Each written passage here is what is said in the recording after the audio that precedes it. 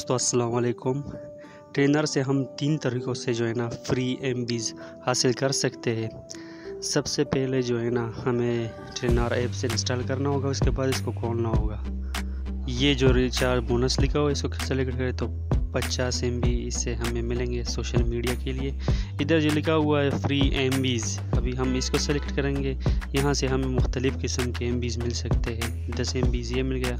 और ये test your skills, इसमें 5 क्वेश्चन होते हैं। इन तमाम क्वेश्चन के जो है ना वो आंसर देने पड़ेंगे। ये कुछ 5 क्वेश्चन हैं, अभी हम इसकी जो है ना आंसर दे रहे हैं। आप देखेंगे इसके लास्ट में हमें जो है ना 50 MB इससे मिल सकते हैं करेक्ट आंसर पर। ये देखिए 50 MB जो है ना वो हमने जीत लिए। इसी तरह हमारी MB में